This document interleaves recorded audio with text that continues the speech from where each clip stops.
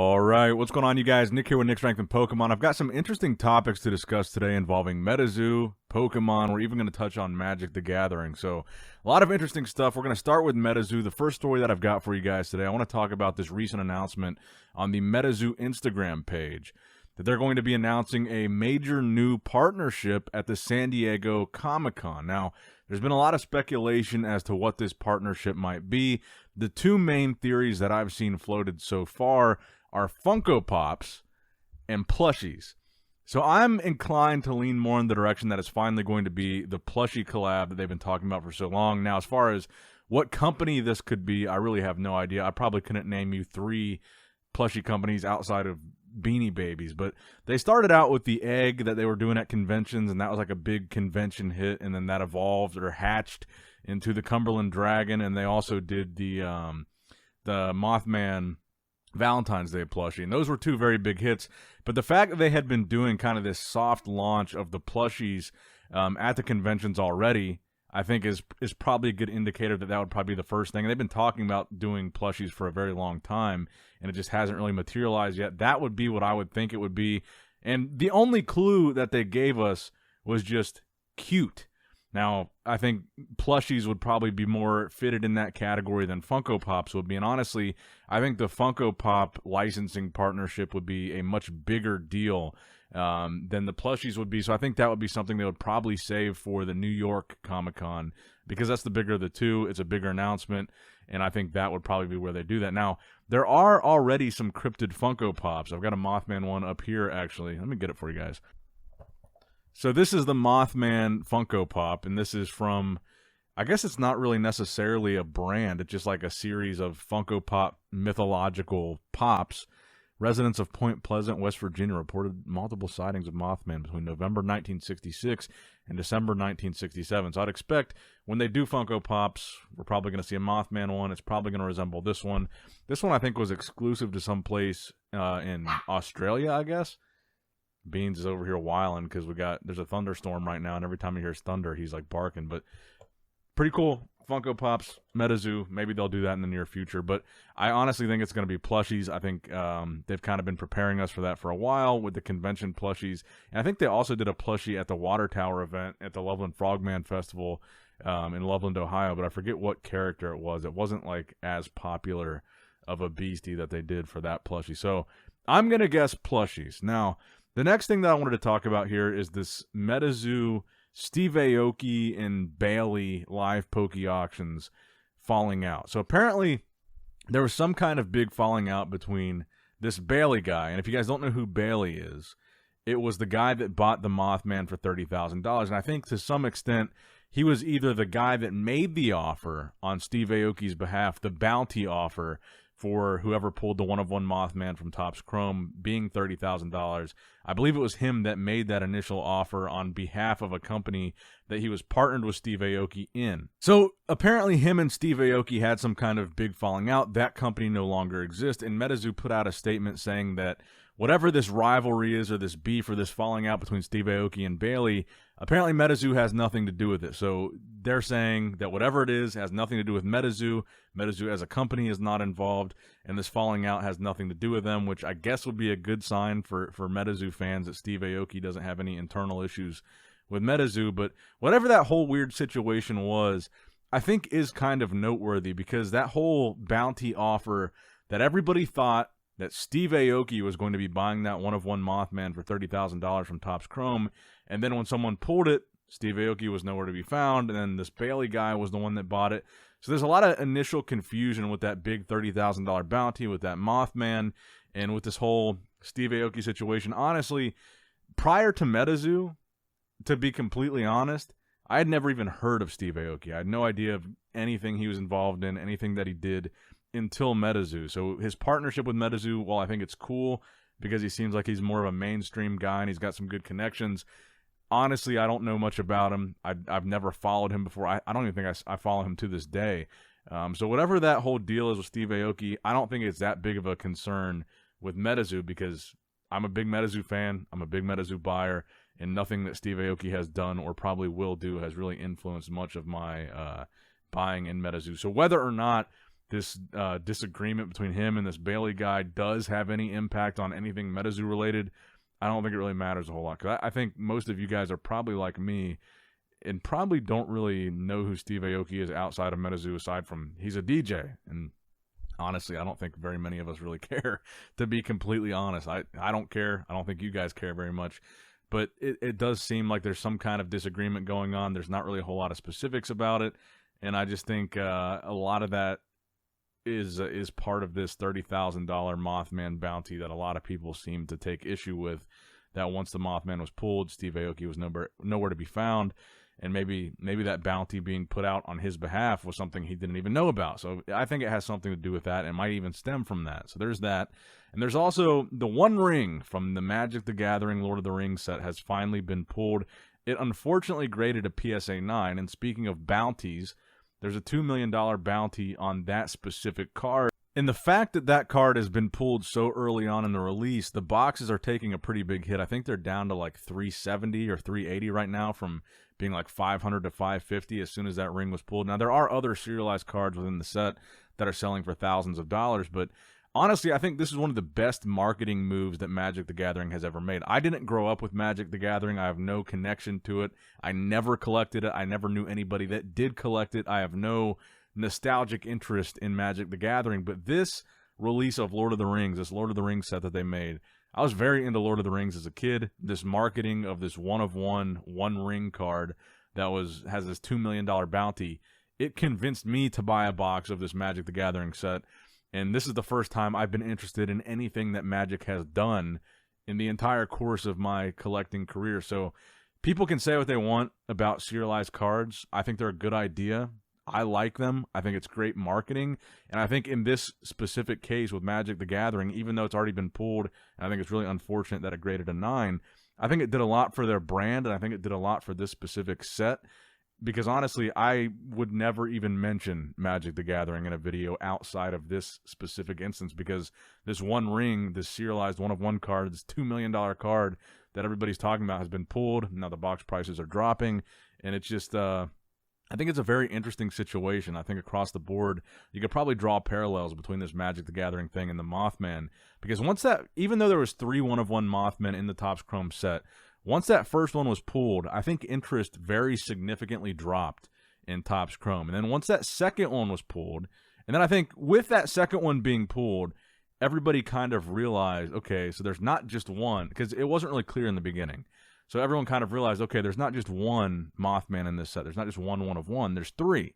And now 2 of them have been pulled, and there's only 1 left, but it's not a true one-of-one because there's 3 different kinds. And now I think those being pulled significantly dropped the interest in Topps Chrome. And I think just the overall market has also dropped the interest. But if you look at the price of singles, sealed product, or hobby boxes, blaster boxes, it's all coming down pretty substantially, and I think it's largely due to those Mothmen being pulled, and I think you're going to see something similar happen with this Lord of the Rings set, although I don't know much about Magic the Gathering, but I think that this crazy premium that this set has been holding, I mean, it was selling for like $550, $600 a box at one point, and it was just released. Because of this one-of-one serialized card, I think Topps Chrome Metazoo had a similar thing happen where people said, oh, there's a one-of-one Mothman. That's crazy. We better buy a shitload of this and get our kind of scratch-off ticket adrenaline rush going and open as many of these as we can and try to pull that one-of-one. Because that's really what I think a lot of this is. And I think it is cool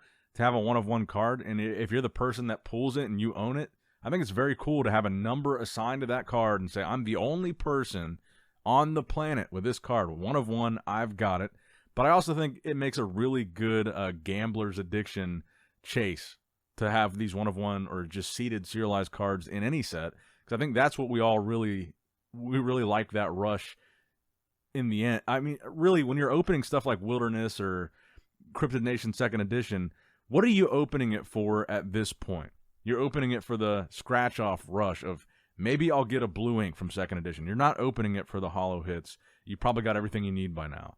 Wilderness was so dirt cheap and still is so dirt cheap. You probably got every card in the set by now if you're a Metazoo collector. Why are you still buying sealed Wilderness product? Because you want to pull one of those secret rare golden tickets. You want to pull a Green Man. You want that lottery ticket scratch that itch. That's what this is. And I think having a serialized card with a number assigned to it, so you know how many are out there, how many have been pulled, if it's numbered out of 10, if it's numbered out of 20, you can clearly see which ones have been pulled and which ones haven't. I just like the whole serialized dynamic. I think there's a lot of people that are torn on it, and I think it's a great thing. And I think Metazoo should continue to do it, and I think they will in the October set, which is going to be the Topps Chrome Nightfall Sapphire edition, which I think is going to be gorgeous and is going to eat up a lot of my money. Now, also, I wanted to mention, I thought this was really cool that Pokemon, on their official Instagram, posted a picture of some Pokemon plushies on the Arnold Schwarzenegger statue outside of the Greater Columbus Convention Center this weekend, because the Pokemon North American Championships for the trading card game is actually at the Greater Columbus Convention Center. So those of you guys that don't know, as far as bodybuilding goes, the biggest bodybuilding convention, the biggest bodybuilding event of the year is the Arnold Classic in Columbus, Ohio. It made that place famous. That convention center is where they hold that, and there's an Arnold statue commemorating Arnold and commemorating that event outside of the convention center. It's become like a landmark in Columbus, Ohio, and I thought it was cool that this Pokemon Championship is being held there, and Pokemon actually took the time to put this promotional post on their Instagram with the Arnold Schwarzenegger statue. I thought it was really neat,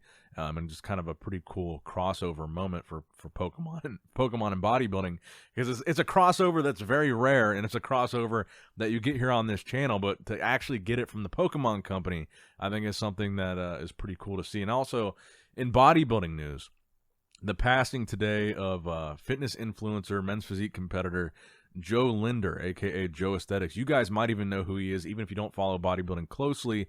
The guy that's known for the alien chest striation flexing videos.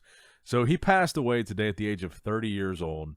The report right now is his girlfriend says he had an aneurysm, and he had been complaining of neck pain for 3 days prior to this happening.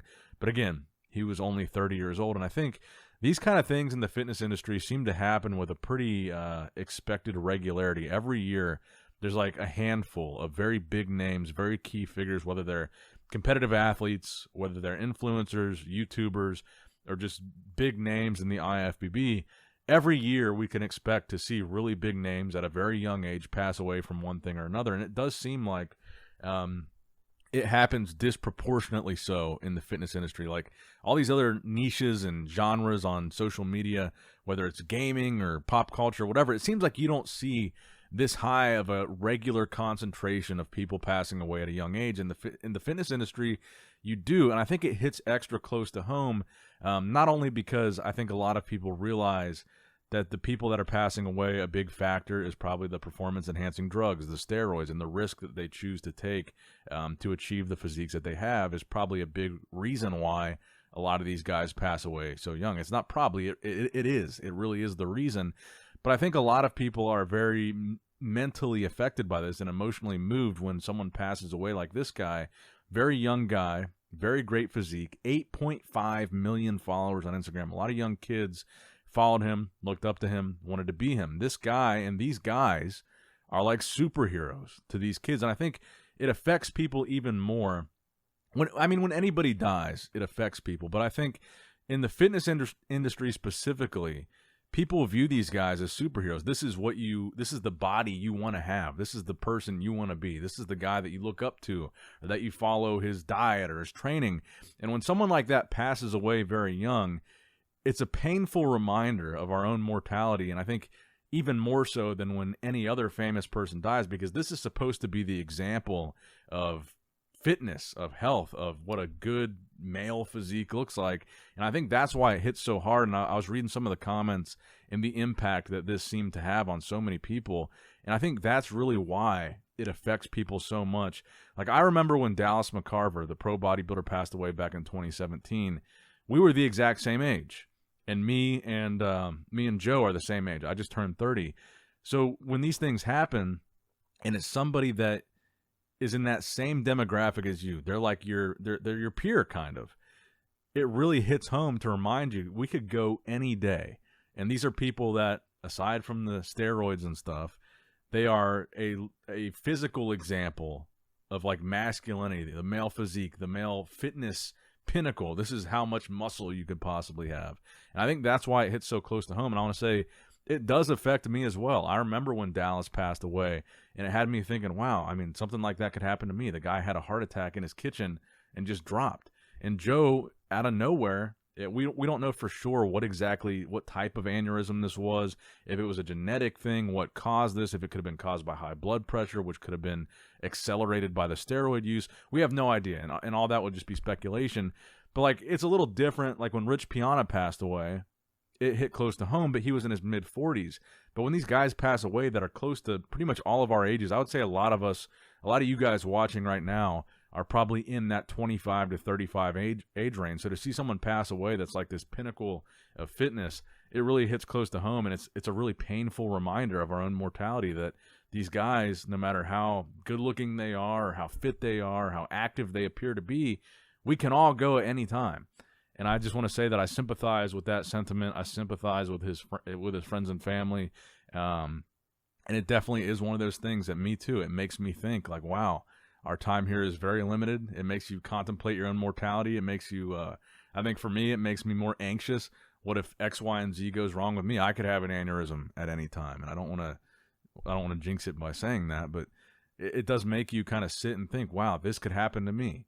And it's just kind of a sobering, humbling moment to see it happen. And it sucks to see. I mean, it's a terrible loss for someone that young to go, but I think it's just a good reminder for anybody that might be doing some of the things that Joe was doing, performance enhancing wise, to get checked up. And he said he had some neck pain 3 days prior to passing. Maybe had he checked up on that, it could have had a different outcome. Probably not. Something like this is probably something that would have gone undiagnosed and just happened. But I think it's a good reminder, again, for young guys watching this that might be doing some of these risky activities, get checked. If you feel something weird, just go get checked. If something feels off, just go get checked. If you got a pain in your neck, go get checked. If you're taking X, Y, and Z, make sure you're keeping up on your blood work and your physicals and just all these things that can be preventative to something like this. This is just a good reminder for that, and that's really all we can take from this. Just make sure that you prioritize your health, because it could be taken from you any day if you don't take those preventative steps. So that's going to wrap it up for the video, guys. I went a little bit long on that last topic that you guys probably don't care about, but because you guys aren't really the fitness crowd. But thank you guys for watching. I appreciate it. Make sure you like and subscribe, all that good stuff. Nick Strength and Pokemon signing out.